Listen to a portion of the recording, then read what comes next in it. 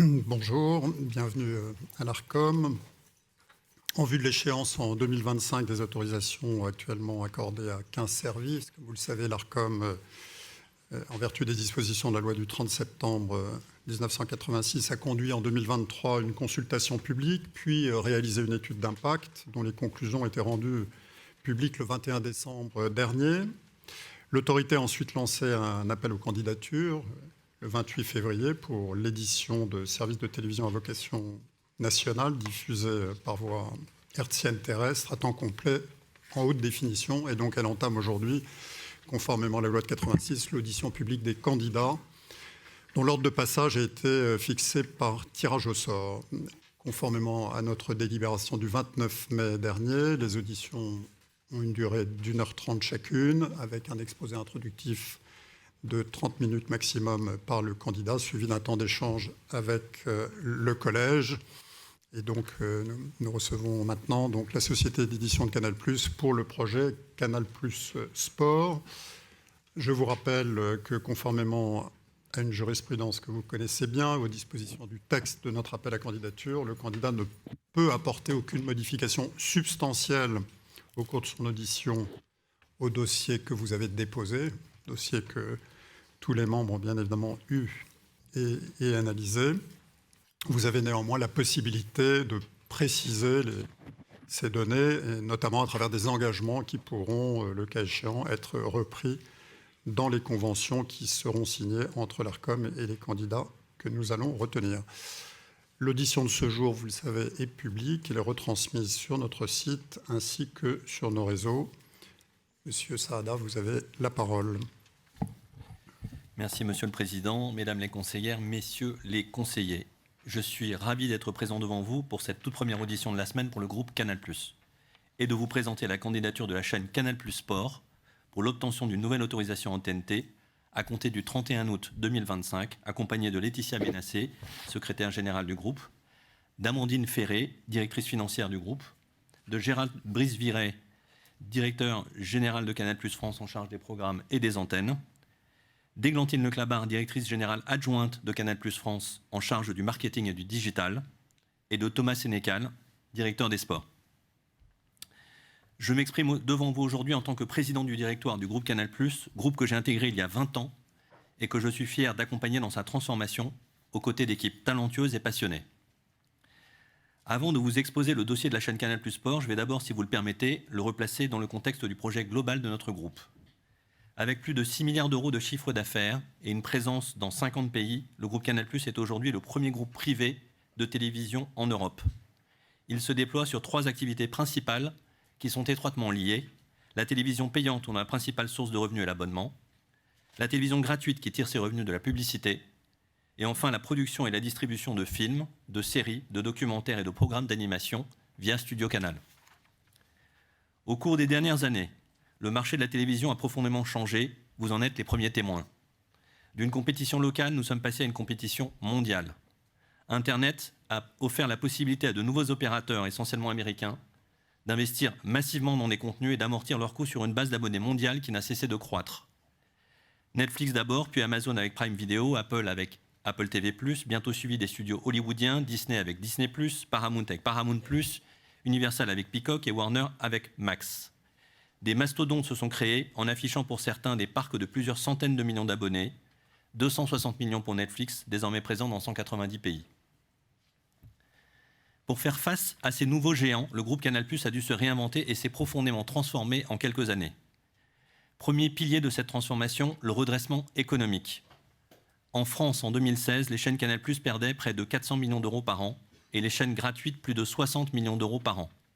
Si nous restons aujourd'hui déficitaires en France, un plan d'économie de près de 1,5 milliard d'euros, accompagné de la sécurisation de nos principaux droits en sport et en cinéma sur le long terme, et de la refonte complète de notre positionnement et de nos offres, nous ont permis de renouer avec une trajectoire économique positive, désormais très proche de l'équilibre. Second pilier, l'accélération de la digitalisation du groupe. Créée en 2013, notre plateforme propriétaire française MyCanal, qui porte plus de 2000 chaînes linéaires et à la demande dans le monde, s'est développée pour atteindre les meilleurs standards du marché et pour se déployer dans plus de 30 pays. Avec 1 milliard d'euros d'investissement annuel et plus de 1000 ingénieurs, principalement basés en France, le groupe Canal+ est devenu un acteur majeur de la technologie. Cette digitalisation a permis au groupe de se positionner en agrégateur, voire en super agrégateur de plateformes. Dernière étape de la transformation de notre groupe, l'internationalisation. En 2015, le groupe Canal+ rassemblait 11 millions d'abonnés. Aujourd'hui, il en compte 26 dans 50 pays. Canal+ est le seul groupe média à avoir intégré le top 50 des marques françaises les plus puissantes dans le monde. Notre objectif est désormais d'atteindre à moyen terme un parc d'abonnés compris entre 50 et 100 millions pour rejoindre le top 5 mondial des groupes audiovisuels. Et cette croissance passera par des prises de participation sur nos principales zones géographiques, avec Viaplay, leader de la télévision payante dans les pays nordiques, avec Viu, leader du streaming payant et gratuit en Asie du Sud-Est, et avec la société sud-africaine MultiChoice, le leader de la télévision payante en Afrique anglophone et lusophone. Mais la compétition avec les acteurs mondiaux américains n'est pas qu'une question de taille. Nous partons avec un désavantage manifeste, car notre marché historique, la France, qui reste notre premier marché, représente 1/5 de celui des États-Unis. C'est pourquoi nous avons choisi de miser sur nos forces et de cultiver nos axes de différenciation. Le premier axe de différenciation est un volume d'investissement massif et pérenne dans les contenus locaux. Sur chacun des territoires où il intervient, le groupe Canal+ a toujours eu à cœur de découvrir et de faire grandir les talents locaux.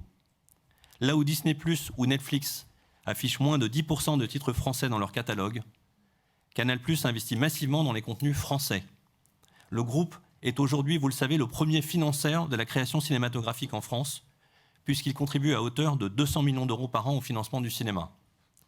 Un montant supérieur à nos obligations, à la suite d'un accord historique avec les syndicats représentant les professions du cinéma français. Pour être clair, le groupe contribue davantage que tous les autres acteurs réunis, chaînes gratuites et plateformes internationales. Et parce que nous pensons qu'il est essentiel pour nos partenaires comme pour nous d'avoir une visibilité à long terme, nous avons proposé de renouveler notre accord pour 5 ans et pour un montant total supérieur à 1 milliard d'euros. C'est ce même pacte de visibilité réciproque qui guide nos investissements dans le sport.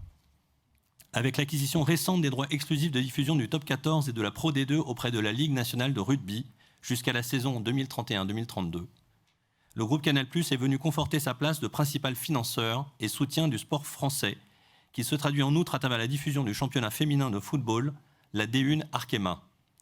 Je me permets un aparté sur la place du sport féminin et la responsabilité des diffuseurs à cet égard. Chaque année, nous participons fidèlement à l'initiative de l'Arcom, Sport féminin pour tous. Mais pour nous, l'enjeu de la place des femmes dans le sport et dans la création existe à la fois devant et derrière la caméra. C'est pourquoi nous accordons une attention particulière à la création de vocations, notamment dans les métiers du journalisme. C'est dans cet objectif que nous avons organisé une journée sur la fabrique de l'information sportive en mars dernier avec le Clémy. Les élèves ont pu se mettre en situation de reporter afin de fabriquer le reportage après avoir échangé avec nos incarnations Hervé Matou, Guilhem Garrigue et Astrid Barr, présentes aujourd'hui dans la salle et que je remercie. Pour revenir sur la stratégie d'acquisition sportive du groupe, dans un contexte de concurrence accrue des grandes plateformes américaines, le groupe Canal+ est fier de démontrer qu'un acteur français dispose de la puissance et du savoir-faire éditorial nécessaires pour acquérir les droits les plus attractifs, à l'instar de la Ligue des Champions qui a battu cette saison des records d'audience, d'abord acquise pour la France, puis pour l'Autriche et l'Afrique francophone jusqu'en 2027, la première ligue sécurisée pour la France, l'Afrique et 5 autres pays d'Europe et d'Asie, ainsi que la Formule 1 et le MotoGP signés en France, en Suisse, en Afrique et en Asie jusqu'en 2029.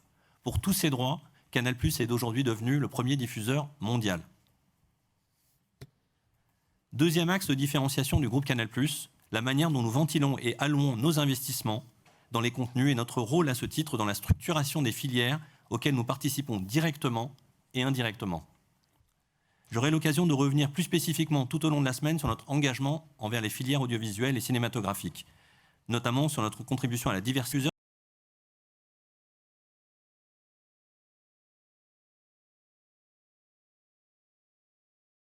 dans l'écosystème du sport en France. Vous le savez, les droits audiovisuels viennent soutenir les mécanismes de solidarité qui lient le financement du sport professionnel au sport amateur. C'est pourquoi nous considérons que notre vision de long terme, auprès de nos partenaires tels que la Ligue nationale de rugby ou la Fédération française de football, contribue à pérenniser le fonctionnement vertueux et solidaire des droits audiovisuels pour l'épanouissement des écosystèmes sportifs, tout en continuant à offrir à nos abonnés le meilleur du sport et pour longtemps.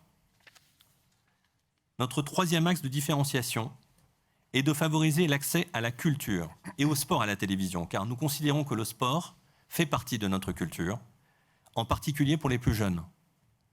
Tous les prix de nos offres ont été divisés par 2 pour les moins de 26 ans, avec notamment la création de l'offre RA+, qui a connu un grand succès et a permis de rajeunir le public abonné.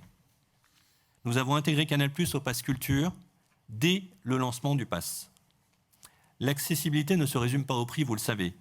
Nous allons systématiquement au-delà de nos obligations en matière de sous-titrage sourds et malentendants pour l'intégralité de nos chaînes gratuites et payantes de la TNT. Et nous avons la fierté d'être les premiers diffuseurs à avoir intégré pour nos contenus une option avec des sous-titres qui peuvent être regardés simultanément par des personnes dyslexiques et non dyslexiques. Cette démarche d'accessibilité vient faire écho à une conscience de la responsabilité des médias sur laquelle le groupe continue de se perfectionner à travers ses 3 comités dédiés à la diversité, à l'égalité femmes-hommes et à la transition écologique, afin d'aboutir à des actions concrètes pour ses salariés et plus largement pour ses abonnés, téléspectatrices et téléspectateurs. C'est ainsi que nos antennes se sont toujours portées volontaires pour relier les campagnes de sensibilisation sous votre égide, à l'instar de la campagne Diversité, qui a lieu le 14 juillet, l'opération Sport féminin toujours, que j'évoquais tout à l'heure en février, ou de la signature de chartes comme le contrat Média-Climat ou la charte alimentaire. Tout récemment encore, en partenariat avec vous, nous avons lancé en juin une vaste campagne pour sensibiliser le public aux conséquences globales du piratage des contenus sportifs, en explicitant le cercle vertueux liant l'offre légale et l'épanouissement du sport professionnel et amateur, national et local. Cette opération a été menée dans le cadre de l'association de lutte contre le piratage des programmes sportifs qui réunit à la fois les ayants droit et les diffuseurs et dont j'ai eu l'honneur d'assurer la présidence pendant 2 ans. Je tiens à profiter de l'occasion qui m'est donnée aujourd'hui pour souligner le caractère exceptionnel du dialogue qui est mené au quotidien entre l'Arcom et le groupe Canal+ dans la lutte contre le piratage. L'engagement et l'accompagnement de l'Arcom dans l'exécution de nos actions judiciaires est primordial. Et parce que les chiffres sont encore plus parlants, je terminerai en prouvant le succès de cette collaboration entre l'Arcom et Canal+, par le blocage de plus de 2500 noms de domaines depuis 2022, dont 2100 via des saisines de l'Arcom. Vous le voyez, nous avons un projet très ambitieux et très différent de la plupart des autres acteurs du paysage audiovisuel français. Et l'affirmation de nos forces et de nos atouts propres nous a amenés à vouloir franchir une nouvelle étape de notre histoire, l'étude du projet de notre entrée en bourse. La faisabilité du projet de scission du groupe Vivendi en plusieurs entités, chacune cotée en bourse, a été initiée le 13 décembre 2023 par le directeur de Vivendi.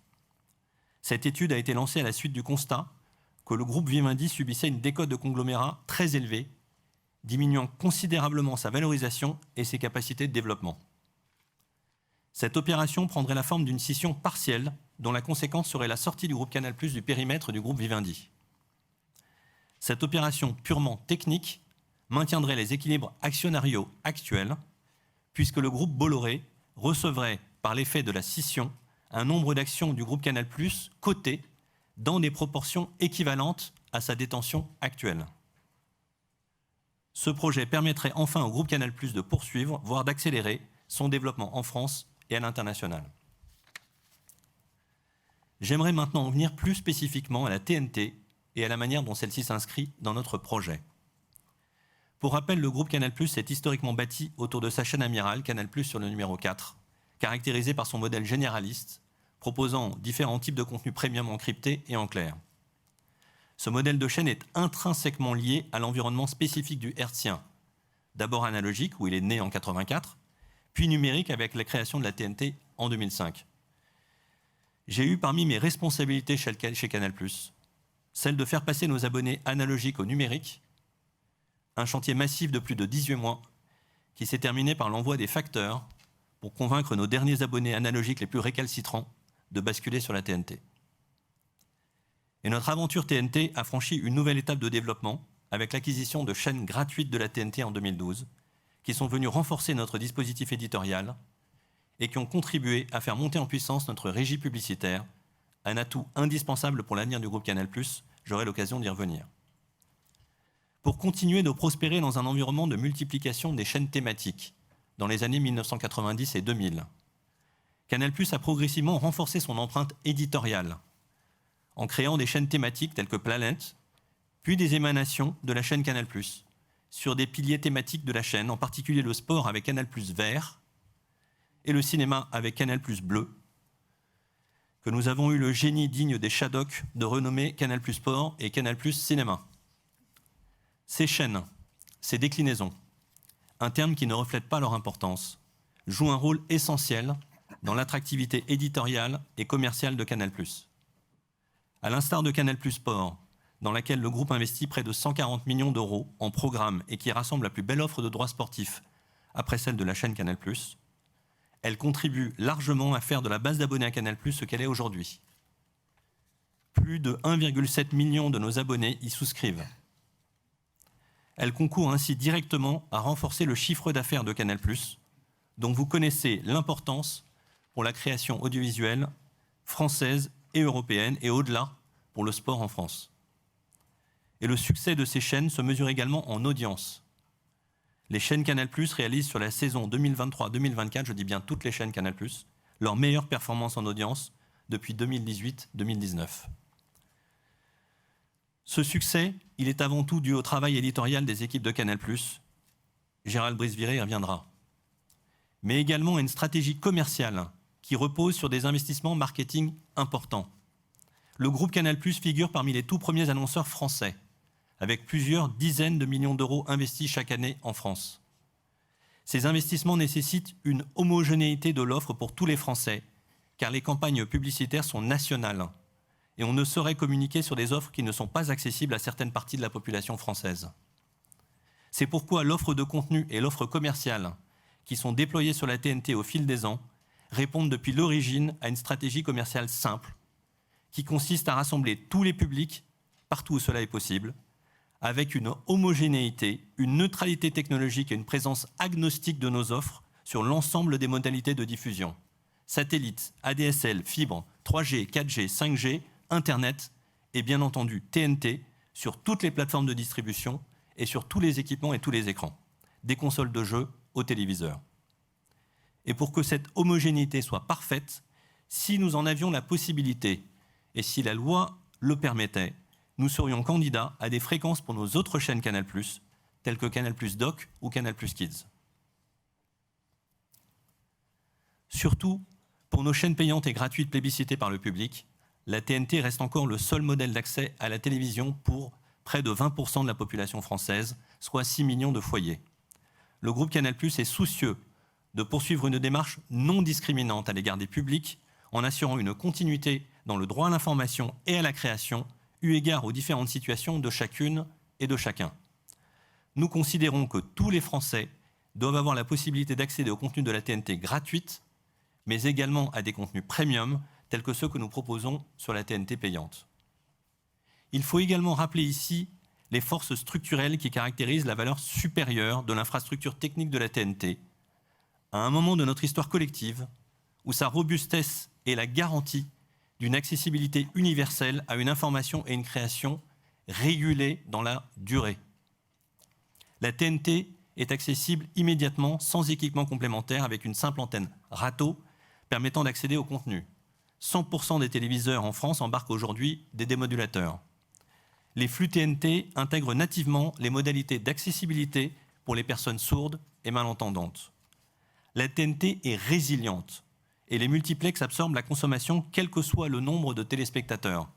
À la différence de l'Internet, la TNT ne subit pas les pics d'audience, ce qui nous la rend essentielle au regard de notre attachement au direct, en particulier pour les compétitions sportives. À ce titre, la TNT se démarque également par son instantanéité, diffusant presque en temps réel les contenus, contrairement aux satellites et à l'Internet qui ont toujours quelques secondes, voire dizaines de secondes de décalage. C'est cette différence qui entraîne que vous puissiez entendre vos voisins équipés de la TNT hurler de joie devant un but que vous n'avez pas encore vu, la TNT affichant toujours le but avant les autres technologies.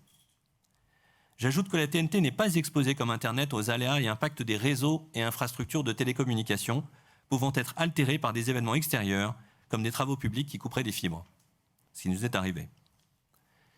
Et enfin, contrairement aux satellites, la TNT n'est pas soumise aux conditions climatiques et fonctionne qu'il pleuve, qu'il neige ou qu'il vente. Pour finir, je dirais que l'équilibre actuel et la complémentarité entre la TNT payante et la TNT gratuite sont vertueux et structurants pour le paysage audiovisuel national. Or, cet équilibre est précaire et il est menacé par une concurrence exacerbée. Sur le marché des droits de diffusion, les plateformes mondiales de VADA, qui sont désormais assujetties à des obligations de contribution à la production audiovisuelle et cinématographique, deviennent des concurrents nouveaux et majeurs des acteurs nationaux, devant aujourd'hui consacrer plus de 350 millions d'euros par an à des œuvres françaises et européennes. La chasse au talent et au contenu de qualité est souvent intense et va encore se renforcer dans les prochaines années, avec de surcroît une porosité de plus en plus importante entre la télévision gratuite et la télévision payante. Cette concurrence ne se limite pas aux seuls contenus cinématographiques et audiovisuels, mais porte aussi désormais sur les contenus sportifs, comme vous l'avez d'ailleurs vous-même rappelé dans votre contribution à la consultation publique sur la modernisation de la liste des événements d'importance majeure du 28 janvier 2022, avec une porosité, là encore, entre linéaire et non linéaire. Sur le marché publicitaire, des évolutions qui ne jouent pas en faveur des acteurs de la TNT sont également à l'œuvre. J'aurai l'occasion d'y revenir au cours des auditions de nos chaînes gratuites. Dans ce contexte ultra-concurrentiel, il apparaît donc nécessaire de maintenir un maximum de stabilité pour le secteur en conservant l'équilibre actuel entre autorisation de la TNT payante et gratuite. Par ailleurs, ne soyons pas naïfs. Le projet de la TNT qui est le nôtre ne s'inscrit pas dans un environnement global équitable, les acteurs mondiaux conservant, au-delà de leurs avantages structurels, le bénéfice de nombreuses asymétries réglementaires. Malgré l'atout indéniable que constitue notre double présence sur la TNT gratuite et payante, face aux géants américains, nous n'avons pas les mêmes moyens et surtout, nous ne jouons pas avec les mêmes règles. Car la réglementation nationale est devenue un frein à l'expansion et à la rentabilité des acteurs français, bien plus régulés que leurs concurrents internationaux. La liste des réglementations qui s'imposent aux acteurs français et auxquelles les internationaux échappent est longue. Et pour ne citer que quelques exemples, en matière de quotas de diffusion, nous devons respecter un quota de 60% d'œuvres européennes, auxquelles les plateformes américaines ne sont pas soumises. En publicité, certains secteurs nous sont interdits, la durée des publicités est encadrée, pas pour les acteurs digitaux. La liste des événements d'importance majeure, qui vient tout juste d'être allongée, s'applique à nous, pas à eux. Ou encore la signalétique, les jours interdits, les plafonds de diffusion de certains contenus, les obligations de visibilité pour les services d'intérêt général, etc., etc. C'est parfaitement conscient de tous ces différents paramètres systémiques que s'inscrivent nos candidatures aux autorisations TNT. Un dernier point. Ne cédons pas aux sirènes de la nouveauté, ni aux provocations de certains grands patrons, dont j'admire par ailleurs la virtuosité. Faire de la TNT, ça ne s'invente pas.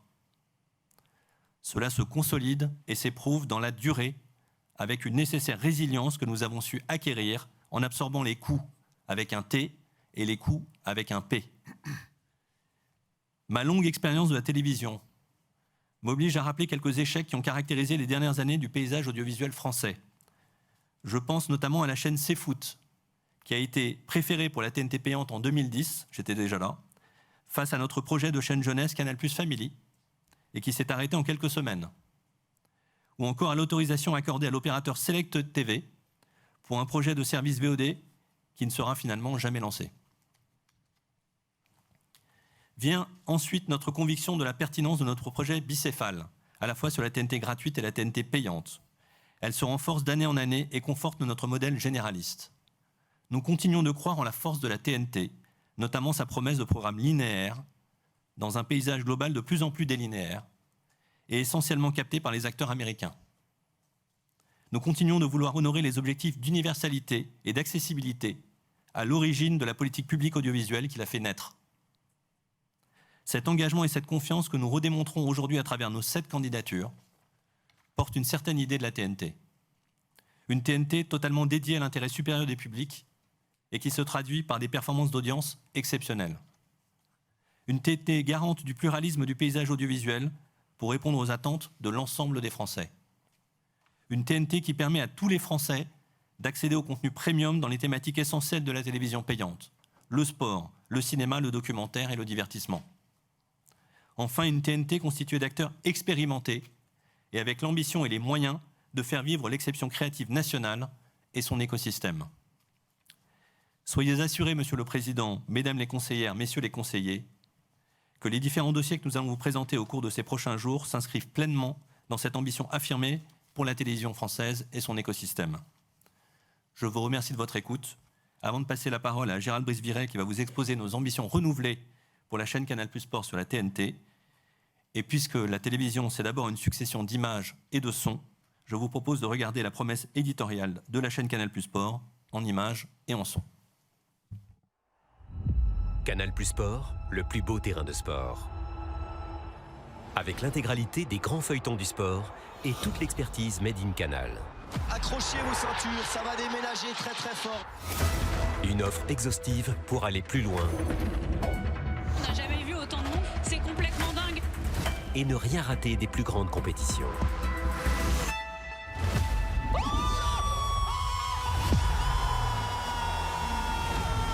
C'est extraordinaire. Oui, elle le fait, c'est fantastique, vraiment. Tous les grands directs. C'est fou ce qu'on est en train de voir. En immersion totale. Et ça y est, il le fait. Ouais. Emmenez l'abonné au cœur de l'action. Qu'est-ce qui se passe? Mais qu'est-ce qui se passe? Oh le numéro. Encore une rencontre presque irréelle. Et faire vivre les émotions. Mathieu Pavon, vainqueur sur le pied et tout. De très très grands champions. Toutes les émotions. On attendait de la folie. On attendait de l'hystérie. Mais c'est mieux que ça. Un moment d'histoire. Canal+ Sport. Le sport a trouvé son plus beau terrain. Monsieur le Président, Mesdames et Messieurs les conseillères et Messieurs les conseillers, nous sommes très heureux de vous présenter le projet de Canal+ Sport. Canal+ Sport est né dans le cadre de la création de l'offre Canal+ Bouquet dans les années 90, visant à faire la part belle de chaque pilier de Canal+. Dès le premier appel d'offres de la TNT en 2005, nous avons candidaté pour que Canal+ Sport rejoigne la TNT et avec la volonté de proposer aux Français une chaîne qui met à l'honneur un maximum de disciplines différentes, une chaîne qui fait rayonner le sport français et international dans toutes ses diversités et une chaîne qui invite les passionnés à se retrouver dans des moments d'émotion et de communion. La chaîne trouvait toute sa place sur la TNT, elle l'a trouvée aujourd'hui. La promesse qui a été faite a été amplement tenue. Depuis 20 ans, Canal+ Sport participe indubitablement à la richesse de cette TNT. Il est tout à fait naturel pour nous que la TNT propose une chaîne sportive. Pourquoi ? Parce que le sport est l'un des intérêts premiers des Français et logiquement l'un des intérêts premiers de nos abonnés. Il est donc apparu comme une évidence de satisfaire cette partie significative de notre public avec une chaîne 100% sport.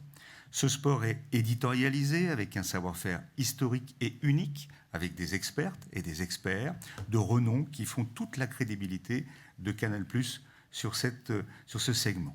Cette promesse a indéniablement répondu à leurs attentes. Les abonnés Canal+ attribuent au sport une excellente note de satisfaction. Canal+ Sport leur donne l'opportunité de suivre les plus grandes compétitions, mais aussi de retrouver ou découvrir les championnats moins exposés, comme la Pro D2, deuxième division de championnat de rugby, les compétitions de Formule 2, de F1 Academy, course automobile 100% féminine, ou encore récemment de l'Open Riviera de tennis fauteuil organisé par Michel Jérémiaz. Canal+ Sport est fier de mettre en valeur ces événements qui ne bénéficieraient auparavant d'aucune visibilité.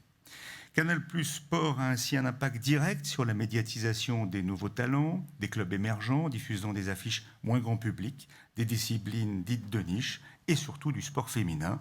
Cette popularisation est capitale à la pérennité du secteur.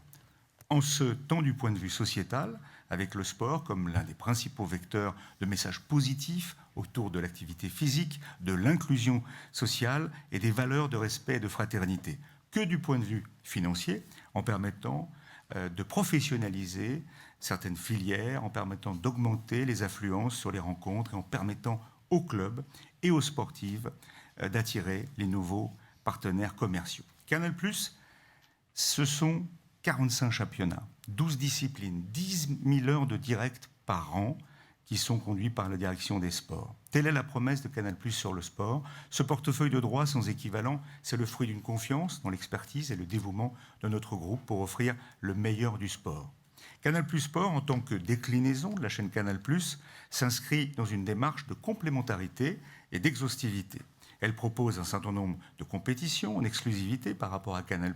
C'est le cas pour la Pro D2, c'est le cas également des essais de Formule 1, c'est le cas aussi du golf. Canal+, ainsi, prolonge l'expérience Canal+, tout en prenant le relais de Canal+, pour étendre la durée de certains programmes, tantôt en proposant des contenus exclusifs. À la rentrée, par exemple, les antennes du groupe Canal+ proposaient près de 500... Je vais vous demander de conclure, Monsieur Viret. Bien sûr, 46 matchs de Ligue des Champions. Il y aura ainsi du football le mardi, le mercredi et jeudi sur Canal+ Sport. Canal+ Sport investit massivement dans la technologie. Nous aurons l'occasion d'en reparler, notamment avec une nouvelle stratégie en immersion. Vous parlez 2 minutes du clair pour vous dire que pour nous, il est indispensable. C'est un rempart face à l'individualisation et une consommation partagée face aux plateformes de streaming, avec une étendue de droits sportifs qui est unique, un savoir-faire historique. En conclusion, pour dire de Canal+ Sport, elle répond aux ambitions sociales et sociétales de la TNT, experte, diverses, mixtes, innovantes. Telle est Canal+ Sport, chaîne historique de la TNT. C'est pour ça que nous la présentons ce matin. Merci pour votre concision. On va rentrer peut-être dans la séquence d'échange avec le collège. Pour engager la conversation, peut-être 2-3 questions. D'abord, vous avez rappelé, Monsieur Saada, le nombre d'abonnés de Canal+ aujourd'hui au niveau mondial et l'ambition qui est la vôtre. Vous avez cité le chiffre, l'objectif de 50 à 100 millions d'abonnés pour vous situer dans le top 5 mondial des offres de pay-TV. Est-ce que vous pouvez nous rappeler le nombre d'abonnés TNT payants en France? Je crois qu'on aura beaucoup de plaisir à vous communiquer l'information, mais comme c'est une information que nous ne communiquons pas publiquement... C'est une information que vous aviez donnée lors des précédentes auditions sur les renouvellements de 2020-2022. On a peut-être choisi de le faire, mais aujourd'hui, en tout cas, on vous la communiquera dès la fin de cette audition. À l'époque, vous nous aviez dit le chiffre de 300 000. Vous l'aviez dit publiquement. J'ai relu les procès-verbaux encore ce week-end. Dans le même esprit, sur les 2 précédents renouvellements, vous nous avez expliqué les limites de la TNT pour vous. Et vous avez d'ailleurs beaucoup insisté pour que ce renouvellement soit bref. 3 ans en 2020, 18 mois en 2022. C'est pour ça qu'on arrive à échéance en août 25. Et là, j'ai bien entendu votre plaidoyer très chaleureux pour la TNT. Mais qu'est-ce qui a changé entre-temps? Beaucoup de choses ont changé. Le secteur, comme vous le savez, évolue très vite. Le positionnement des plateformes, par exemple, et notamment à l'égard du cinéma français, a changé. Le paysage dans le domaine du sport a changé. Et la vitalité du linéaire s'est réaffirmée. Je disais que pour nous, aujourd'hui, et je parlais des scores en audience des chaînes Canal+, ou de la chaîne Canal+, ou de la chaîne Canal+ Sport, ils sont plus forts que dans les 6 ou 7 dernières années. On a vu un regain d'audience sur le linéaire, à tel point qu'on a même lancé, pour la première fois de notre histoire, une chaîne exclusivement linéaire avec l'opérateur Free, Canal+ Live. Donc un certain nombre d'éléments de contexte ont changé. Le sujet du volume d'abonnés ne devient significatif qu'à partir du moment, pour nous en tout cas, qu'à partir du moment où il nous met en situation difficile d'un point de vue économique. Sinon, il n'est pas nécessairement pertinent pour le groupe Canal+, si ce n'est sur ce point-là. Pourquoi ? Parce que, comme je l'ai évoqué tout à l'heure, l'enjeu pour nous est de pouvoir communiquer sur une base nationale et sur l'ensemble de nos offres, sans donner le sentiment à certains, parce qu'ils ne seraient dans des territoires uniquement couverts par la TNT, que ces offres ne leur sont pas accessibles. C'est ça le sujet. C'est notre capacité à communiquer pour l'ensemble du territoire et l'ensemble des populations françaises. Mais il y a quelque chose que je ne comprends pas, parce que dans les 2 précédents renouvellements, vous nous avez expliqué que la TNT, avec l'obligation de couvrir 95% du territoire, était une zone de coût.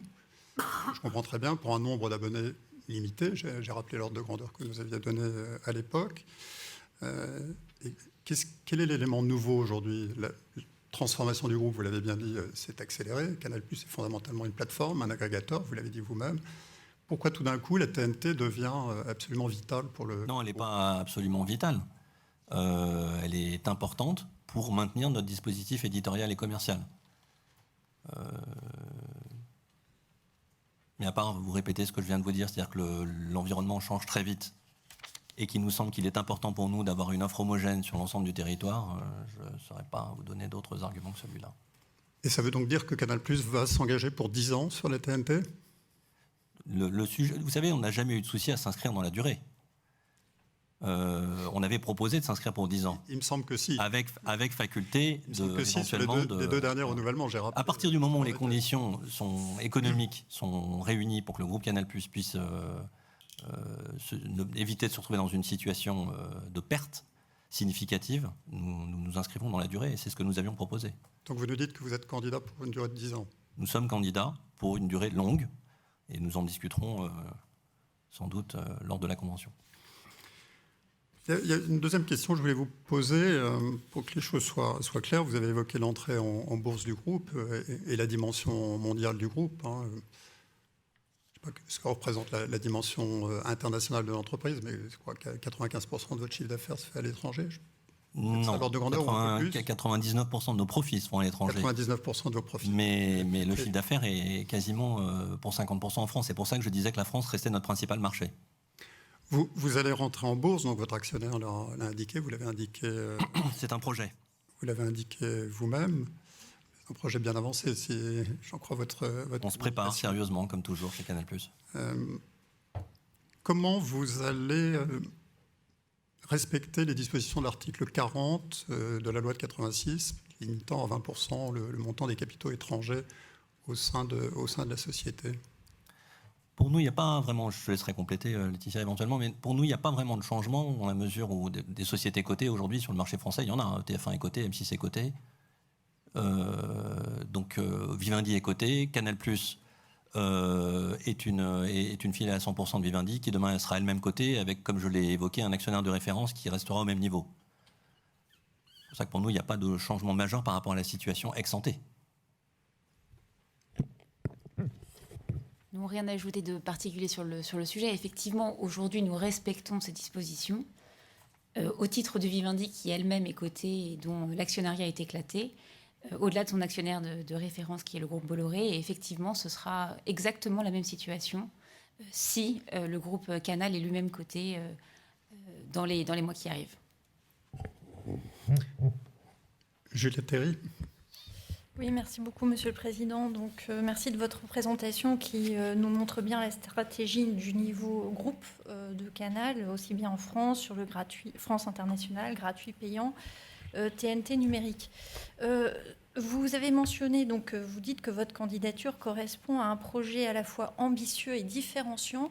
Et justement, c'est là-dessus que je voulais vous poser des questions. Donc, sur l'ambition TNT, de ce dont on parle, c'est-à-dire le service Canal Sport.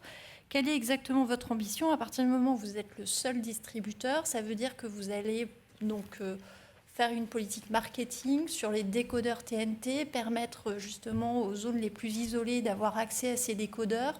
C'est quoi en fait votre ambition pour permettre aux différentes, à tous les publics, comme vous dites, d'accéder à ce service via le décodeur TNT.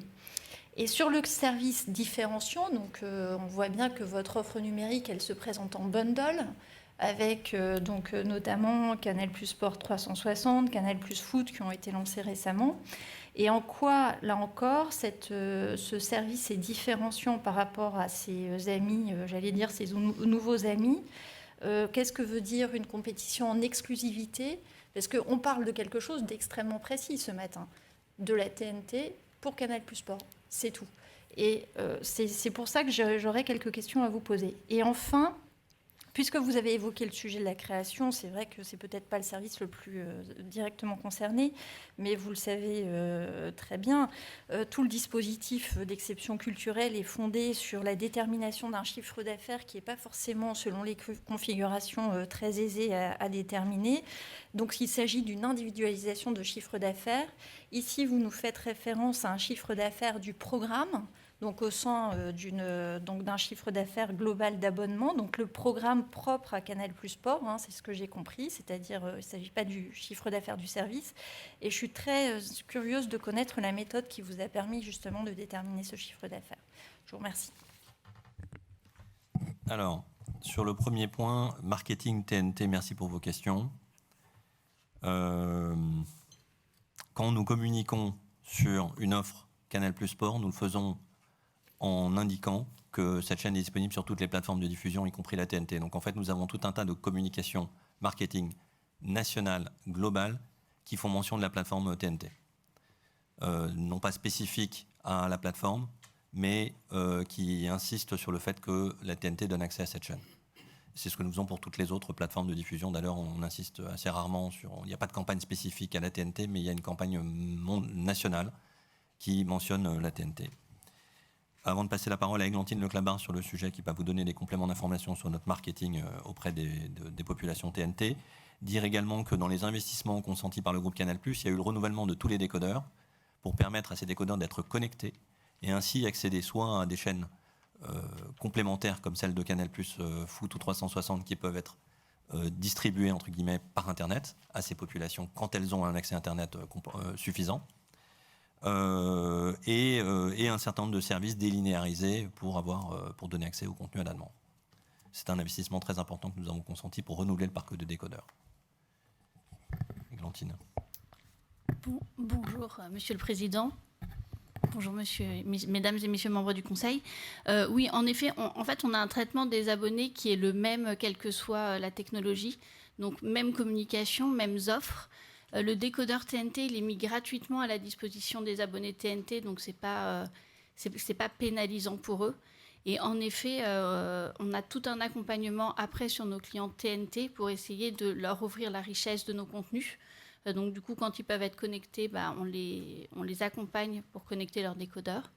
Quand ils souhaitent passer sur d'autres technologies, on les accompagne également. Et c'est notre rôle du coup de proposer la richesse la plus large possible de nos contenus. Oui, Juliette.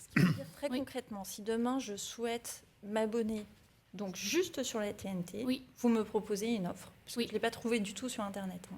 Si, absolument. En fait, quand vous allez sur notre boutique en ligne, toutes les offres, ce que je disais, sont les mêmes. À la fin de votre parcours de souscription, on vous propose en fait de regarder soit en OTT, soit via votre fournisseur d'accès Internet, soit en satellite ou en TNT via un décodeur Canal+. Sur la partie éditoriale, je laisse Thomas Sénécal compléter sur les spécificités de Canal+ Sport qui effectivement comportent des droits qui ne sont pas disponibles, qui ne sont pas diffusés sur les autres chaînes que vous avez mentionnées. Et ces droits, merci Maxime, sont très pertinents par rapport à la diffusion en TNT, puisqu'on parle par exemple de la Pro D2, Gérald Brice le mentionnait, la Pro D2 c'est la deuxième division du rugby français, c'est ainsi que l'appelle la Ligue nationale de rugby, le rugby des territoires.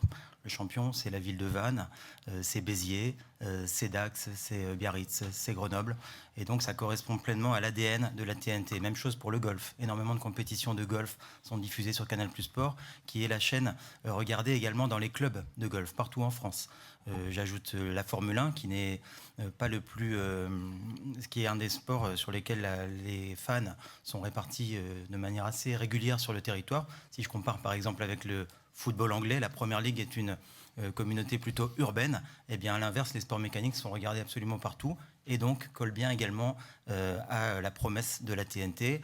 Donc, les essais de Formule 1, essais libres, essais qualificatifs. Par exemple, ce week-end, il y avait le Grand Prix d'Angleterre à Silverstone. Les qualifications étaient en exclusivité sur Canal+ Sport, samedi après-midi à 15h. Et il y a de nombreux exemples comme ça d'autres sports qu'on retrouve en exclusivité sur Canal+ Sport. Je peux prendre l'exemple de la prochaine Coupe de l'América, très prestigieuse compétition de voile à la rentrée qui se déroulera à Barcelone, ou encore cette semaine du Amundi Evian Championship, compétition féminine de golf, tournoi majeur qui se déroule en France et qui a été d'ailleurs remporté l'an dernier par une joueuse française, Céline Boutier. Ça s'est passé également sur Canal+ Sport. Sur la partie chiffre d'affaires, simplement rappeler, c'est bien un des sujets de différence que j'évoquais avec nos concurrents américains. C'est dans mon audition, dans mon introduction, vient nourrir le chiffre d'affaires de l'ensemble des obligations de Canal+. Ce qui n'est pas le cas, par exemple, ce qui n'a pas été le cas d'Amazon quand ils ont lancé leur Pass Ligue 1. En rien, ce chiffre d'affaires n'est venu alimenter leurs obligations. Et ensuite, sur l'allocation du chiffre d'affaires à Canal+ Sport, sont des règles en fonction en fait, des prix, des offres. Donc on alloue le prix de l'offre avec Canal+ Sport en fonction du nombre d'abonnés. On fait une allocation de chiffre d'affaires en fonction des règles de marché et de l'offre sur le marché. C'est assez simple.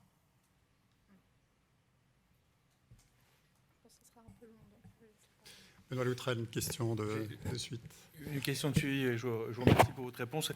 C'était pour essayer de bien comprendre cette complémentarité entre l'offre sport de Canal+ et l'offre sport de Canal+ Sport. Donc là, je vous remercie, je commence à mieux saisir. C'est quoi la logique d'ensemble, justement, pour que vous déterminiez qu'est-ce qui va sur Canal+, qu'est-ce qui va sur Canal+ Sport? Si vous pouvez juste développer un tout petit peu plus votre réponse qui est en train de satisfaire ma curiosité. Je vous en remercie. Alors, le meilleur sur Canal+. Ça, c'est la promesse, d'ailleurs, au moment de l'offre faite par les équipes d'Églantine Le Clabot, que nous tenons au jour le jour. Le meilleur sur Canal+, ça veut dire, je prolonge l'exemple du Grand Prix de Formule 1 d'Angleterre, puisqu'il s'est couru hier. Le Grand Prix lui-même est sur Canal+. Il sera ce soir sur Canal+ Sport, en rediffusion, avec un rendez-vous bien identifié et excellemment programmé par nos équipes de programmation. Tous les lundis soirs, on peut revoir le Grand Prix pour les plus fans d'entre vous. C'est ce soir en prime time. De la même manière, le mardi, nous avons une programmation du match de rugby qui s'est joué sur Canal+. Ce week-end, nous avions un test match de l'équipe de France de rugby en Argentine, match remporté par les Bleus. Et bien, mardi soir, ce match sera visible à nouveau sur Canal+ Sport. Mercredi, nous aurons une émission en prime time sur Canal+ Sport que nous appelons le 5e tour, une compétition de golf contre 4 jours de compétition. Le 5e jour, c'est le surnom, c'est le nom de code que nous donnons à cette émission, qui revient, qui résume les 4 jours de compétition en prime time le mercredi soir. Et donc sur Canal+, le meilleur de la Formule 1, de la MotoGP, des coupes européennes de football, du top 14 et de toutes les grandes compétitions. Et pour finir, pour vous dire que Canal+ Sport, en termes de notoriété, est la chaîne de sport de Canal+ la plus connue et reconnue. Et après se complète avec les autres chaînes, Canal+ Sport 360 et Canal+ Foot, et les 15 prochains canaux foot que nous lancerons à la rentrée avec la Ligue des Champions. Donc la marque Canal+ Sport, la chaîne Canal+ Sport, est la chaîne la plus importante au niveau des droits sportifs. Il y a un autre élément qui guide la programmation, c'est que tout le monde n'est pas nécessairement fan de sport dans le foyer. Et donc on ne peut pas avoir tous les soirs sur Canal+, un grand événement sportif, même quand on en a la capacité. Et c'est pour ça que parfois, il arrive de choisir d'autres chaînes pour avoir cette diversité de programmes, du cinéma, des séries, des documentaires sur Canal+, en prime time. Hervé Gaucho. Oui, merci. Je voulais revenir quand même un instant sur la TNT, parce que par rapport aux questions qui vous ont été posées au début. Alors, 2 questions. D'abord, pendant un certain temps, effectivement, je me souviens, on avait eu, à l'époque où je présidais le groupe de travail distribution, diffusion et usage numérique, on avait des débats sur le nombre de sites en matière de diffusion. Et à l'époque, effectivement, on se souvient que vous aviez plutôt un souhait de renoncer à un certain nombre de sites de diffusion parce que justement, ils couvraient, par rapport au coût de diffusion qui était occasionné, ils couvraient assez peu d'abonnés TNT, justement. Donc, je vais être sûr de bien comprendre que vos réflexions vous ont amené à considérer les choses différemment et que vous ne souhaitez plus la réduction du nombre de sites et donc de la couverture en matière de TNT. Si c'est le cas, est-ce que vous pouvez nous repréciser pourquoi? Et la deuxième question qui a trait toujours à la TNT, c'est qu'on a bien compris que vous n'estimiez pas qu'il était légitime de répondre à la question maintenant, de savoir si vous vous engagez pour 10 ans. Je vous pose la question autrement. Comment est-ce que vous envisagez, comment est-ce que vous voyez, d'une manière générale, l'évolution de la TNT par rapport à tous les autres modes de diffusion et par rapport au marché global de l'audiovisuel sur les 10 ans à venir?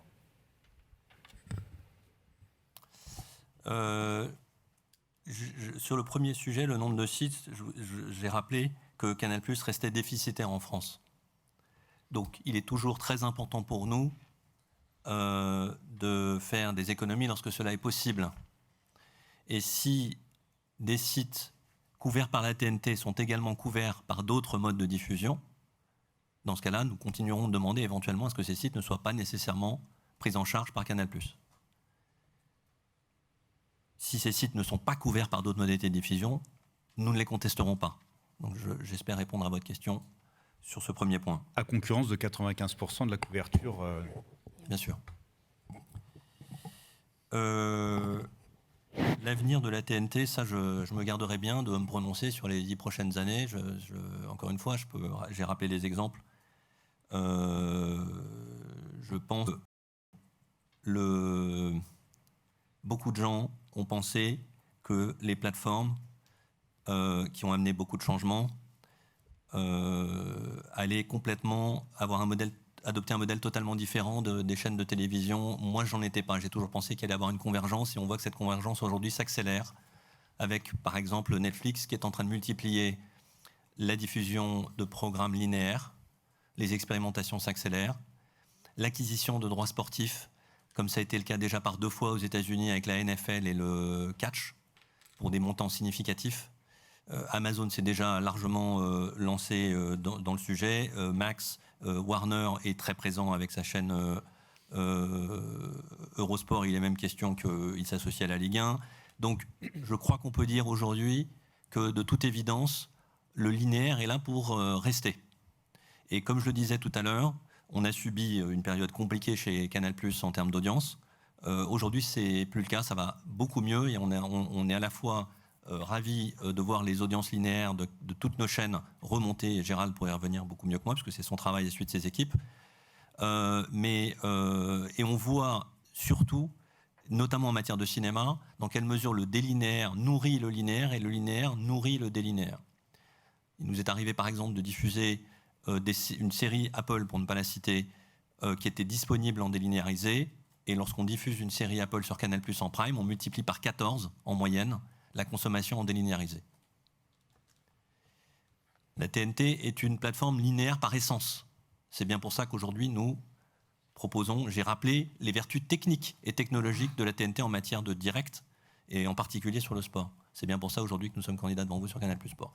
Donc, de ce point de vue-là, je n'ai pas d'inquiétude sur l'avenir de la TNT. La question que vous posez, qui vise spécifiquement Canal+ et son avenir à la Canal+ sur la TNT, là, la question éventuellement se pose sur la durée des 10 ans, comme on l'évoquait tout à l'heure. Et pour compléter la réponse de Maxime, vous savez à quel point je suis personnellement attaché à la TNT. J'ai été le président du groupement TNT et je vois la résilience de la TNT, le fait que ça soit présent partout sur nos territoires. Et je ferai un parallèle avec le satellite. Et Maxime le sait, le groupe Canal+ a été un des premiers éditeurs d'offres sur le satellite. Et tout le monde pensait que le satellite serait probablement un vecteur désuet. Eh bien, pas du tout. Aujourd'hui encore, c'est près de 40% de nos abonnés. Donc la TNT, la DSL, les FAI, tout ça se complète. Et la TNT, pour nous, est importante puisque, comme le disait Maxime, nous sommes agnostiques en termes d'offres et de présence. C'est important pour un acteur français sur le linéaire d'être présent sur la TNT. C'est pour ça que nous demandons le renouvellement de nos chaînes payantes. Antoine Boilet. Merci, Monsieur le Président. Vous avez développé une vision globale de votre stratégie sur la TNT, notamment de votre offre payante, Canal+ Sport étant partie d'un tout. Et j'ai également noté que vous aviez longuement décrit cette concurrence avec les plateformes étrangères, la chasse au talent dans le cinéma, l'audiovisuel et le sport. Alors sur le cinéma, on a bien noté vos déclarations relatives à cet accord sur 5 ans avec un montant d'investissement global de plus de 1 milliard d'euros. Juste une question là-dessus. Est-ce que vous envisagez dans le cadre de votre stratégie une mise en commun gratuit-payant de vos obligations en matière de production cinéma ? Et sur l'audiovisuel, puisque je vais assumer de ne pas parler de sport, mais je rebondis sur votre vision globale de la stratégie Canal sur le payant. Sur l'audiovisuel, l'accord qui vous liait à l'écosystème, si je ne m'abuse, date de 2008. Or, qui dit chasse au talent dit symbole, voire peut-être preuve d'amour. Donc, au-delà du clin d'œil, quelle vision vous avez pour attirer les meilleurs talents audiovisuels sur Canal+, dans tous les genres de programmes? Quelle vision vous avez de ces discussions avec cet écosystème, parce qu'elles sont, dans notre secteur, on le sait, extrêmement importantes. Merci beaucoup. Et, pardon, troisièmement, je me permettrai un petit droit de suite.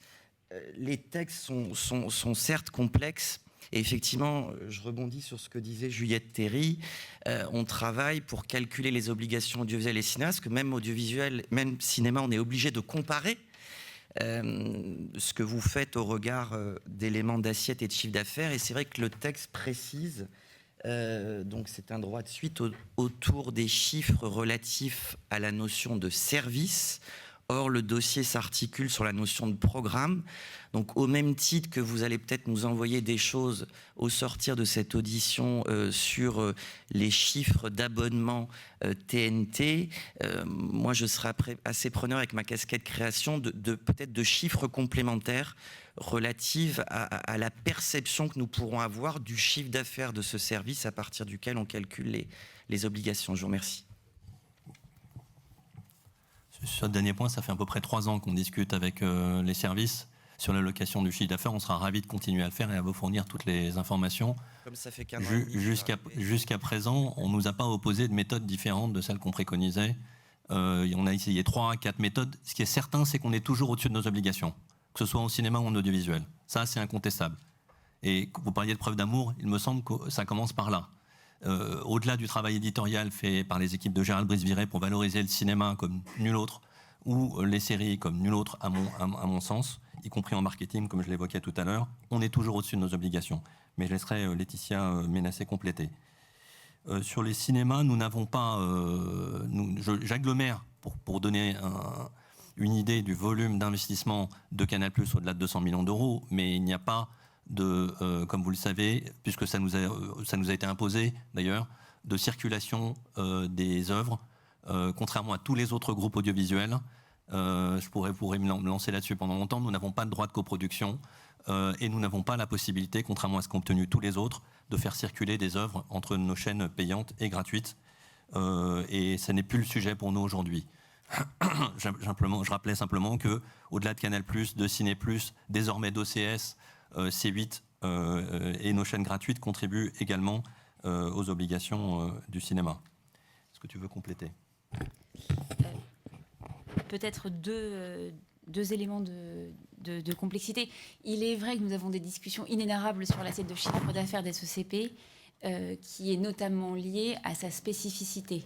C'est vrai que le texte qui a été, qui date désormais de 2021 a plutôt été pensé pour des opérateurs gratuits, avec des régies publicitaires et un chiffre d'affaires qui est parfaitement identifié. Et c'est vrai que les discussions que nous avons, encore une fois, de bonne foi de part et d'autre, évidemment, sont intrinsèquement liées au chiffre d'affaires qui doit donner lieu à obligation ou pas. Je crois que c'est vraiment dans cette optique qu'on a essayé de tenir les discussions ces dernières années et que nous continuons naturellement à le faire. S'agissant de la question que vous aviez également sur nos discussions avec les partenaires de l'audiovisuel. Effectivement, ces discussions, et nous le regrettons, sont aujourd'hui au point mort. Malheureusement, nous avons essayé de discuter avec ces partenaires et nous aimerions beaucoup au sein de Canal, ça faciliterait beaucoup la vie d'un point de vue éditorial, de pouvoir avoir un accord avec les partenaires de l'audiovisuel. Malheureusement, à date, nous n'avons pas réussi à converger, probablement pour des raisons de définition des assiettes à date, mais nous ne désespérons pas quand ces éléments seront clarifiés, évidemment, d'y arriver. C'est un objectif que nous gardons et évidemment, nous sommes toujours à même de discuter sur ces questions. Et pour revenir sur les talents, monsieur le conseiller, c'est vrai que quand les plateformes sont arrivées, on a eu peur. Les chaînes classiques ont eu peur, quelle que soit la chaîne, qu'elle soit privée, qu'elle soit gratuite, qu'elle soit payante. On a eu peur, on s'est recentré sur nos programmes premium et nous avons recréé une relation avec les talents qui évidemment étaient attirés par les plateformes étrangères. Et quelle que soit la thématique aujourd'hui, je vous assure que ce lien est extrêmement fort. Que ce soit les artistes d'aujourd'hui comme Florence Foresti, qui a fait sa première série, qui fera la suite de sa série sur Canal+, que ce soit Paul Mirabel, les talents de demain, que ce soit également Justine Triet, qui est née sur Canal+, avec des courts-métrages, et qui a remporté l'Oscar avec Anatomie d'une chute. Mais pour revenir sur le sport de demain, les talents de demain, on est en train de les construire aujourd'hui, notamment avec la D1 féminine, et j'aimerais passer la parole à Thomas Sénécal. Donc on a eu une politique d'acquisition extrêmement conquérante ces derniers mois, ces dernières années, qui fait qu'on peut se projeter. Et se projeter, comme tu le dis Gérald Brice, ça permet d'attirer aussi des talents, de développer des talents. L'exemple de la D1 Arkema qui s'appellera désormais la Première Ligue Arkema, le championnat féminin de football français. Nous avons acquis les droits jusqu'en 2029. Et donc c'est ce qui permet effectivement de développer les compétences des journalistes, présentatrices, présentateurs, commentatrices, commentateurs. Parce qu'indifféremment des consultants masculins, des grands noms du foot, messieurs, commentent des compétitions féminines et des grands noms du foot féminin commentent des compétitions masculines. C'est ainsi que nous raisonnons sur l'ensemble des sports. En termes de talent, on peut parler de Laure Boulot, de Margot Lafitte également, qui s'est énormément développée, d'Astrid Barr qui est présente ici. Et puis il y a les incarnations, et il y a également la richesse de Canal+, qui vient des documentaires, des productions de contenu. Un reportage de 3 minutes, nous y attachons autant d'importance qu'un long format ou un documentaire jusqu'à 90 minutes. Et nous sommes aujourd'hui accompagnés également de Caroline Henry, qui dirige au sein du service des sports la rédaction des reportages, qui compte une trentaine de journalistes, beaucoup de jeunes filles, beaucoup de jeunes talents, qui montent en compétences très vite et qui sont à même de proposer des formats longs, ce qui est un peu la noblesse de nos métiers de journalistes. Laurence Péco-Rivolier. Eh bien, c'est une question de suite, mais par rapport à vos propos, justement, parce que je voudrais revenir sur la question de la diversité, mais en lien exclusivement avec Canal+ Sport. Diversité d'abord. Vous venez d'en parler par rapport à la présence de femmes à la fois dans les compétitions et à la fois sur les plateaux. C'est un sujet majeur pour nous. Toutes les dernières études que vous avez largement suivies montrent que c'est bien sur le sport qu'il faut axer nos efforts en ce moment. Donc vous venez d'introduire le sujet. Plus particulièrement dans la présentation de votre dossier, vous évoquez le fait de tendre vers la parité, vous évoquez le fait que vous avez mis en place un indicateur de temps de parole. Est-ce qu'on pourrait être encore plus précis, c'est-à-dire tendre vers la parité? Quel est votre objectif vraiment? Présence sur les plateaux d'une part et acquisition de droits sportifs d'autre part, puisqu'on sait que les deux vont de pair et sont indissociables. Est-ce que la modification du décret événement d'importance majeure peut avoir un impact sur ces engagements? Et quels sont, puisque vous avez parlé de mesures de temps de parole, est-ce que vous avez des chiffres à nous fournir? Puisque je n'ai pas la mesure du temps de parole des femmes sur les plateaux de Canal+ Sport, qui est un indicateur que vous évoquez dans votre dossier. Ça, c'est ma partie parité. J'ai une deuxième partie dans mes questions qui est toujours diversité, mais cette fois-ci volet accessibilité.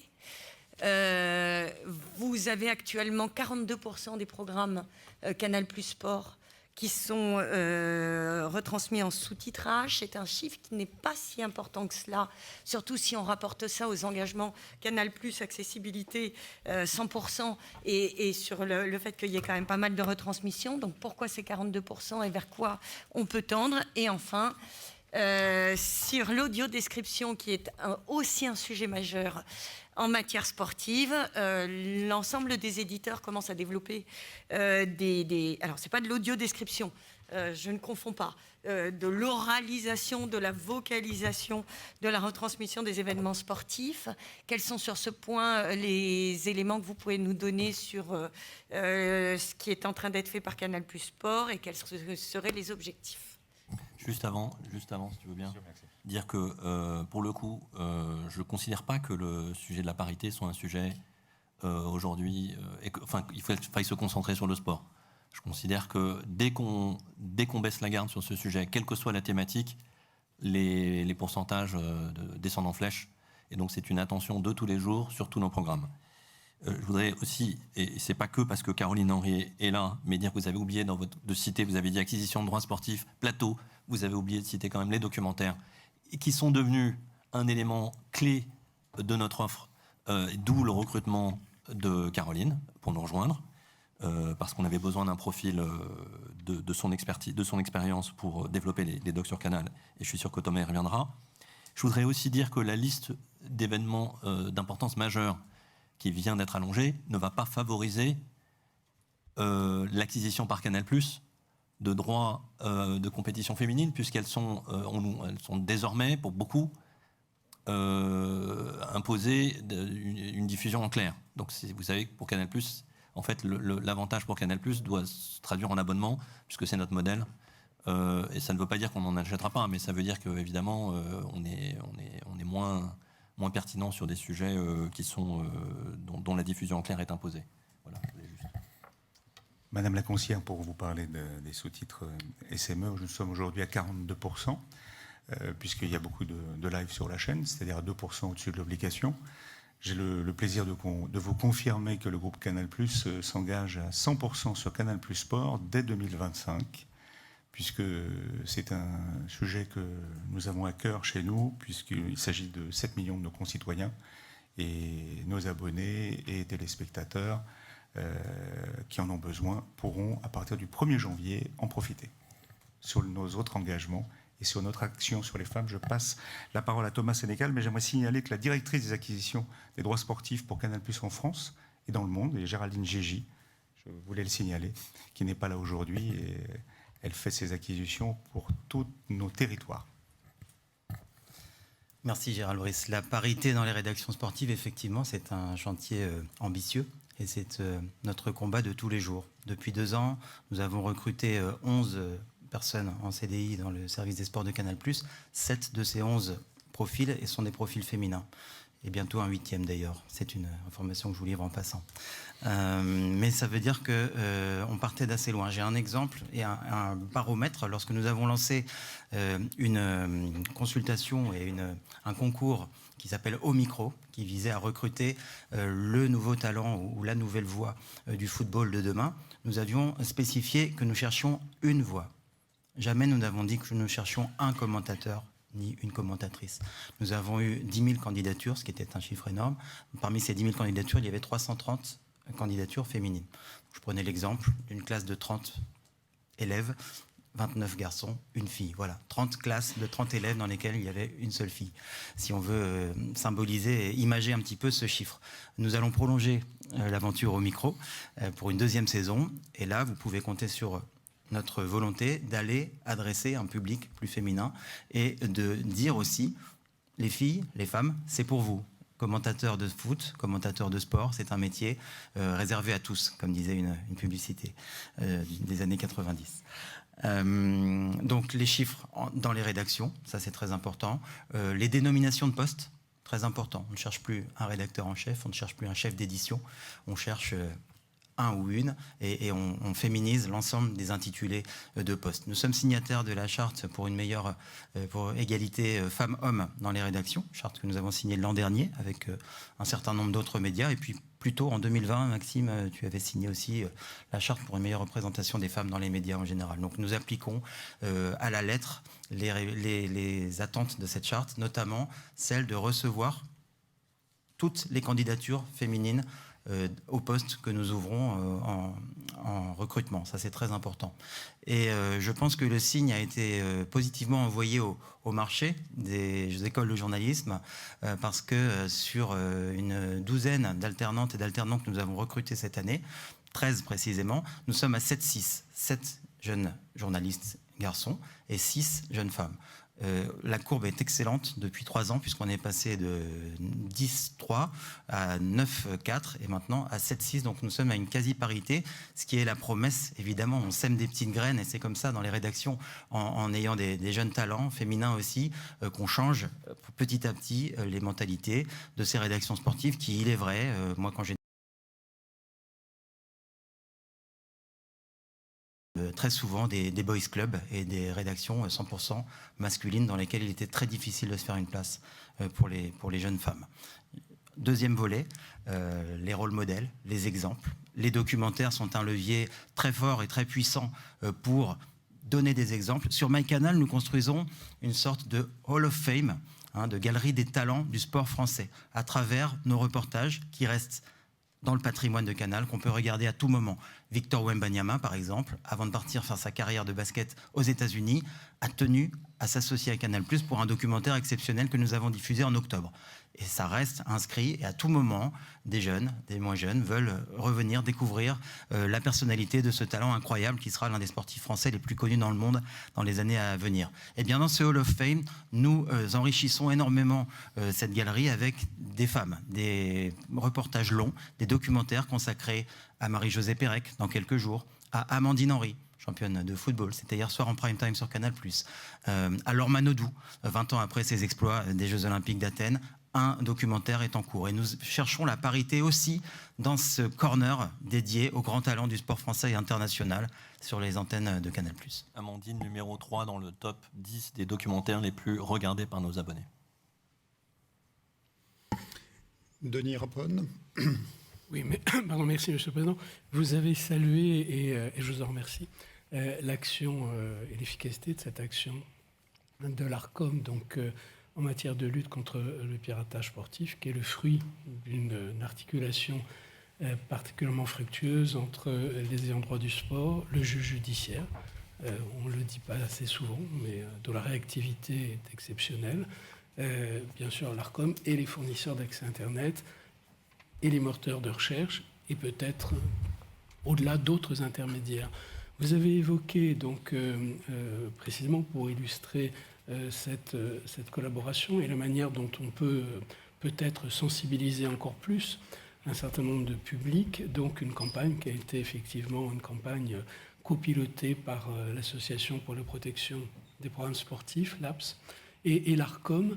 Est-ce qu'au-delà de cette campagne, qui est une campagne ponctuelle, qui s'inscrit effectivement dans un temps donné, on peut imaginer des rendez-vous peut-être plus pérennes dans la programmation de Canal+ Sport pour précisément avoir une action à long terme, j'allais dire, qui puisse dépasser le cadre des spots APS-ARCOM. Je crois que c'est une... Je ne sais pas si c'est une question ou une suggestion, mais en tout cas, je le prends comme une suggestion. Les deux à la fois. Et elle me semble très bonne. Donc, je pense qu'on peut prendre l'engagement de diffuser régulièrement des spots avant les grands événements. Oui, j'ajoute que nous avons un autre levier pour diffuser ces spots, c'est le digital. Canal+ Sport a progressé de 60% sur le digital en 2023-24 versus la saison 2022-23. Nous sommes passés de 930 millions de contenus visionnés à 1,5 milliard. C'est la plus forte progression dans l'univers Canal+. Et il se trouve que le compte principal dédié au sport porte le nom de la chaîne Canal+ Sport, ce qui permet d'activer ce levier de manière puissante et de diriger aussi les abonnés potentiels, les prospects, vers Canal+ Sport. Benoît Loutrel. Merci, Monsieur le Président. Il y a un peu de continuité. On a parlé de votre engagement vis-à-vis du sport féminin dans la lutte contre le piratage, ce qui est très lié au monde numérique. Alors, moi, ce qui m'a surpris un peu dans votre dossier, alors, vous avez pris des engagements qui sont forts, qui sont connus sur l'éducation aux médias, l'information, à la citoyenneté numérique. Et à la fois, vous ne parlez pas du tout, ou peu, ou vous allez préciser maintenant peut-être, du sujet de la violence dans le sport, de la conflictualité numérique, et c'est pourtant assez important. On a la chance en France d'accueillir la Fédération internationale automobile, il y a 3 grands mouvements qui se sont lancés un peu sur ce sujet: les sports mécaniques, la Fédération internationale automobile, la famille des e-sports et puis la famille des sports athlétiques, si je peux me permettre, et qui ont lancé un mouvement United Against Online Abuse, unis contre la violence en ligne. Ils ont organisé un colloque en mai à Paris, et le discours était assez incroyable parce que toutes les fédérations sportives qui étaient présentes au niveau international, il y avait le foot, il y avait le rugby, il y avait le tennis, j'en oublie d'autres, disaient tous qu'ils faisaient face à une montée inquiétante de la conflictualité. Conflictualité qui s'exprime beaucoup dans l'espace numérique, sur les réseaux sociaux, vis-à-vis des sportifs, vis-à-vis des entraîneurs, vis-à-vis des dirigeants de clubs, vis-à-vis des fédérations, des arbitres, et que ça faisait obstacle au développement du sport, et que ça faisait obstacle à la féminisation du sport. Parce que les femmes, y compris qu'elles soient sportives ou simplement passionnées de sport, toutes choses égales par ailleurs, tolèrent moins un climat de violence, et donc ça devient un obstacle majeur. Donc moi, dans ce contexte, je souhaiterais vous inviter un peu à préciser les engagements que vous pourriez prendre si votre candidature était retenue. Est-ce que ça pourrait devenir un sujet de discussion important, parce qu'on voit bien qu'il y a un continuum complet, vous êtes bien placé pour le savoir, entre l'éditorialisation qui est faite sur les médias en ligne, dans les émissions de plateau, et ce qui se passe sur les réseaux sociaux. Et donc si on ne commence pas par pacifier et à veiller et à prêcher, entre guillemets, un climat de non-conflictualité dans les espaces éditorialisés où on rencontre du sport, on a déjà mis un pas dans la dérive qui peut avoir lieu en ligne. Merci. Alors, premier élément de réponse, l'atmosphère qui règne sur les plateaux de Canal+ Sport est une atmosphère d'expertise, de bienveillance et de partage de la passion du sport. C'est ce que nous avons en commun avec nos abonnés, c'est ce dont nous prenons soin, c'est notre bien le plus précieux, cette passion du sport. Autant les débats peuvent être enflammés, il n'y a jamais d'opposition frontale entre des consultantes et des consultants, entre des présentateurs et des chroniqueurs. Ça, c'est très important, on y tient, on y veille. Je parlais de l'émission Au Micro il y a quelques instants.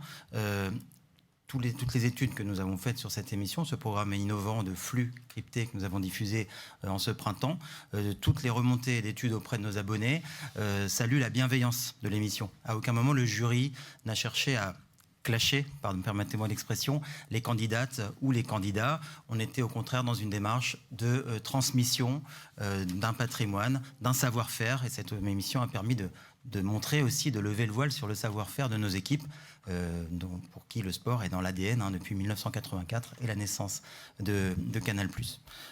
Ensuite, s'agissant de la lutte contre le harcèlement en ligne, c'est très important, et puis nous sommes à quelques semaines des Jeux Olympiques, je pense que c'est un sujet qui dépasse largement le cadre des incarnations de Canal+. Nous faisons le constat malheureusement que les incarnations féminines sont plus exposées effectivement en ligne à de la dévalorisation, à des prises de position, à des attaques. Et nous sommes à leur côté. Et Laetitia, je pense que tu pourras compléter sur une action que nous menons en particulier pour lutter contre le cyberharcèlement de nos incarnations féminines et masculines. Absolument. Comme le disait Thomas, donc, nos incarnations féminines font parfois l'objet d'insultes répétées sur les réseaux sociaux. Le groupe est systématiquement au soutien d'actions qui permettent de révéler l'identité, ce qui n'est jamais simple en fait sur les réseaux. Évidemment des insultes auxquelles elles font malheureusement l'objet. C'est extrêmement compliqué. Nous mettons à leur disposition aussi des outils qui permettent de filtrer malgré tout cela pour qu'elles puissent le vivre d'une façon moins violente. Mais systématiquement, le groupe se positionne à l'appui de façon juridique de toutes les actions qui peuvent être menées pour mettre en lumière en fait ces sujets qui effectivement sont extrêmement compliqués pour nos incarnations particulièrement féminines qui le vivent d'une façon très très très violente.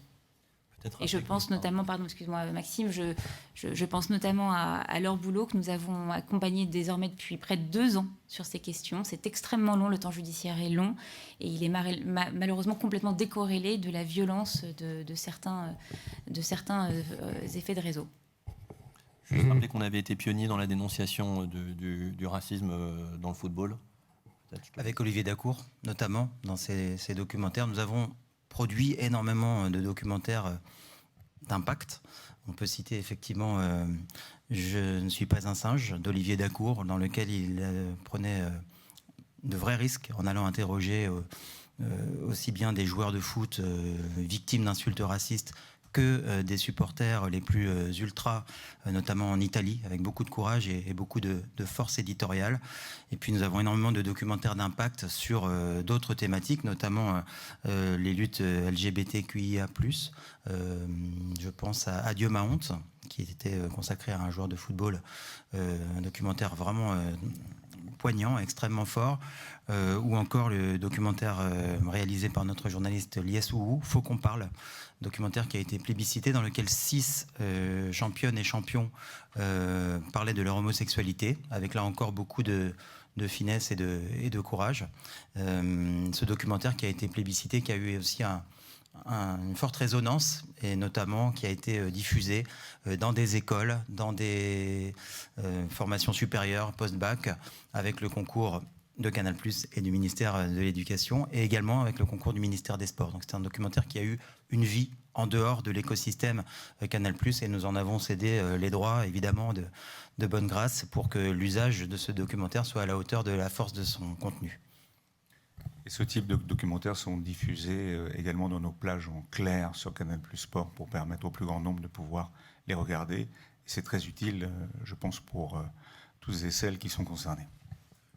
Et donc, si on partage le constat, j'ai l'impression que c'est le cas, et qu'on constate effectivement en plus que la situation ne s'améliore pas malgré ces efforts passés, est-ce qu'on peut convenir que ça sera l'un des sujets de discussion, si votre candidature est retenue, pour concrétiser ça avec... dans une forme à discuter, un engagement dans la durée et des rendez-vous annuels notamment. Avec grand plaisir. Merci. Laurence Péco-Rivolier. Oui, c'est dans mon flot de questions de tout à l'heure, il me manque une réponse sur l'audiodescription, la vocalisation, l'oralisation, enfin bref, une nouvelle manière de rendre accessibles les événements sportifs aux personnes aveugles ou malvoyantes. Alors, je n'ai pas répondu non plus à la question sur l'outil, l'indicateur de temps de parole. Mais c'est vrai que l'indicateur de temps de parole des femmes va nous permettre justement de mieux savoir de quoi on parle et d'où on part. Et s'agissant des incarnations féminines devant la caméra, je précise juste que pour nos émissions en clair, les plus visibles, les plus emblématiques, visibles également sur Canal+ Sport, nous avons à la présentation de ces émissions Margot Lafitte pour les programmes de Formule 1, ainsi que Pauline Sanzet, Astrid Barr qui est présente pour les émissions de rugby, le binôme Hervé Matou et Laure Boulot pour le football, et puis pour notre émission du samedi soir en clair, le Canal Sport Club, il s'agit de Nicolas Touriol, l'un des journalistes de notre rédaction. Et pour l'audiodescription, nous avions en 2023 effectué les demi-finales et la finale du top 14. Et cette année, nous ferons, notamment sous Canal+ Sport, les matchs de Ligue des Champions. 3 de nos journalistes de l'équipe foot ont été formés à l'audiodescription parce qu'il s'agit d'un commentaire différent du commentaire classique. Il faut s'attacher à décrire bien plus la couleur des maillots, le type d'action, qu'un commentaire qui s'apparente un peu plus à du commentaire radio. Et nous avions fait des essais très encourageants donc sur les matchs dont tu parlais, Gérald Brice, ainsi que sur un match de Ligue des Champions de la saison 2022-23. Et nous allons donc prolonger l'aventure avec le nouveau droit de Coupe d'Europe, notamment sur Canal+ Sport. J'en profite pour glisser que Canal+ Sport diffusera à la rentrée 3 matchs de ces coupes européennes par semaine de Coupe d'Europe bien sûr, un le mardi, un le mercredi, un le jeudi, des matchs de grande qualité, des plus belles compétitions de clubs en Europe et même au monde. Oui, parce que, monsieur le conseiller Gaucho, vous me posiez la question tout à l'heure de l'avenir de la TNT. Une chose est certaine, l'avenir de Canal+ Sport. Parce que nous avons sécurisé les droits sportifs qui sont diffusés sur ces antennes sur le long terme, la Formule 1 et la moto jusqu'à 2029. Nous venons de sécuriser la Pro D2 jusqu'en 2031-32. Voilà, je pourrais citer l'ensemble des droits et la Ligue des Champions pour 3 nouvelles années. Donc, en tout cas, sur les droits diffusés sur Canal+ Sport, nous avons la sécurité, si ce n'est des 10 prochaines années, au moins d'un cycle assez long. Un mot sur le foot français. La D1 ? Un mot, je suis en train de chercher le mot. Oui, la D1, voilà. La D1, c'est la bonne réponse de Thomas. Non, je ne sais pas quoi dire en un mot, si ce n'est que malheureusement, la situation n'est pas une surprise pour nous. Je crois que nous sommes souvent taxés d'énervement, de rancœur, et je peux comprendre pourquoi, ou d'amertume, mais le sujet, il est en fait aujourd'hui essentiellement économique. Canal+ a tenté face à Mediapro, puis face à Amazon, et puis avec DAZN il y a encore quelques mois, de revenir dans le jeu de la compétition de la Ligue 1. La LFP ne l'a pas souhaité, et Canal+ n'a eu d'autre choix que d'allouer ses ressources, qui restent relativement rares, sur d'autres compétitions, en particulier la Ligue des Champions. Donc nous n'avons plus les moyens aujourd'hui d'intervenir dans ce dossier, et nous espérons qu'il trouvera une issue positive pour le foot français, car nous restons très investis, notamment dans la Ligue des Champions, et nous espérons bien que les clubs français pourront y prospérer. Merci. Bénédicte Lesage. Oui, merci, Monsieur le Président. Vous avez parlé tout à l'heure de vos engagements en termes de groupe pour la charte alimentaire. Il me semble que ce que vous avez décrit, c'est que la charte alimentaire, pour vous, concerne uniquement les chaînes payantes jeunesse. Est-ce que sur un service comme Canal+ Sport, ce n'aurait pas de sens de s'inscrire aussi dans cette charte alimentaire, dans l'idée d'un public qui est a priori intéressé par le sport, qu'il faut visiblement... la population qu'il faut mobiliser sur le sport, les pratiques alimentaires qui doivent évoluer vu les taux d'obésité qui augmentent de manière assez inquiétante en France et en particulier sur les jeunes. Donc, est-ce que vous seriez prêt à ce que cet engagement s'élargisse au service Canal+ Sport ? Madame la conseillère, c'est vrai que nous avons beaucoup travaillé également sur les chaînes gratuites pour respecter cette charte alimentaire avec beaucoup de projets qu'on aura l'occasion de vous présenter. Je pense qu'effectivement, on peut s'y engager, sachant que nous allons lancer à partir de la rentrée sur Canal+ Sport un rendez-vous d'information quotidien, et on pourrait éditorialement, effectivement, y mettre des contenus en lien avec la charte alimentaire. Donc nous nous y engageons. De la même manière qu'on invite aussi les gens qui nous regardent à pratiquer le sport. Et c'est propre à Canal+ Sport, notamment au golf. La particularité de ce sport dans l'écosystème de Canal+, c'est qu'il est regardé par des pratiquants, par des joueuses et des joueurs de golf, plus qu'un autre sport, le foot ou bien entendu la Formule 1, qui n'est pas donné à tout le monde de piloter. Mais s'agissant du golf, nous avons un programme qui s'appelle l'œil des pros, dans lequel justement un des pros de notre équipe donne des conseils extrêmement simples dans la pédagogie pour que chacun puisse les appliquer au quotidien. Donc par cet exemple, je voulais vous montrer à quel point nous invitons à la pratique sportive dans l'ensemble de nos contenus sportifs. Merci. Juliette Théry. Oui, merci beaucoup, Roch-Olivier. Je crois avoir pas très bien compris une réponse tout au début de cette audition. Donc sur le fait que pour la durée, vous ne souhaitez pas vous engager, ça dont acte. Sur les conséquences du projet de scission et donc d'entrée en bourse de quelques filiales du groupe Vivendi, vous avez donc donné pour le coup des mots qui cherchaient à nous rassurer. Est-ce qu'il faut comprendre que vous vous engagez à dire que le montant total des différents de l'actionnariat non espace économique européen est inférieur à 20%, pour respecter le volet du dispositif anti-concentration, respecter vraiment qui est réservé aux chaînes hertziennes, parce que vous êtes candidat à l'hertzien, c'est vrai qu'il y a tout le dispositif anti-concentration et cet article 40. Je vous remercie. Je précise qu'on a dit qu'on était prêt à s'inscrire dans la durée, au contraire. J'avais bien entendu. Et j'avais noté. Ce qu'on a surtout dit, c'est que ça ne changeait rien par rapport à la situation actuelle. Et que cette situation valait pour les autres groupes qui sont également cotés. Donc on a une obligation, évidemment, qu'on respecte et qu'on respectera. Benoît Loutrel. Merci. J'avais une dernière question. Dans votre dossier, dans la section où vous parlez de vos engagements en matière de représentation de la diversité de la société française dans les programmes, vous précisez une formation obligatoire sur la lutte contre le harcèlement, les discriminations et le sexisme ordinaire a été déployée et suivie à fin décembre 2023 par 95% des effectifs du groupe. Point virgule, 50% des équipes éditoriales. Alors, est-ce que les équipes éditoriales sont réfractaires et est-ce que les équipes dirigeantes, on ne mentionne même pas le chiffre. Et du coup, j'étais preneur aussi de savoir, dans les 5 personnes qui sont là, est-ce que vous l'avez suivi? Je le jure. Il y a 150 journalistes, je le rappelle, et donc je passe la parole à Thomas, qui est le patron de la rédaction. Alors 95%, c'est la formation au niveau du groupe. Donc quasiment tout le monde a suivi la même formation en ligne sous forme de dessin animé. On avait des rappels très réguliers si on ne la suivait pas, donc on avait une forte incitation à la suivre. 95% de nos équipes l'ont suivi au global. Il y a une deuxième formation qui va plus loin, qui s'adresse en priorité et de manière plus fine aux équipes de journalistes et qui est dispensée par nos équipes de ressources humaines pour les rédactions sportives. C'est une longue formation, un moment d'échange, un moment très important, très riche, et ça c'est en cours. Et à la fin de l'année 2024, 100% de nos équipes l'auront suivi. Mais les 50%, c'est pour un step, un niveau 2 de cette formation.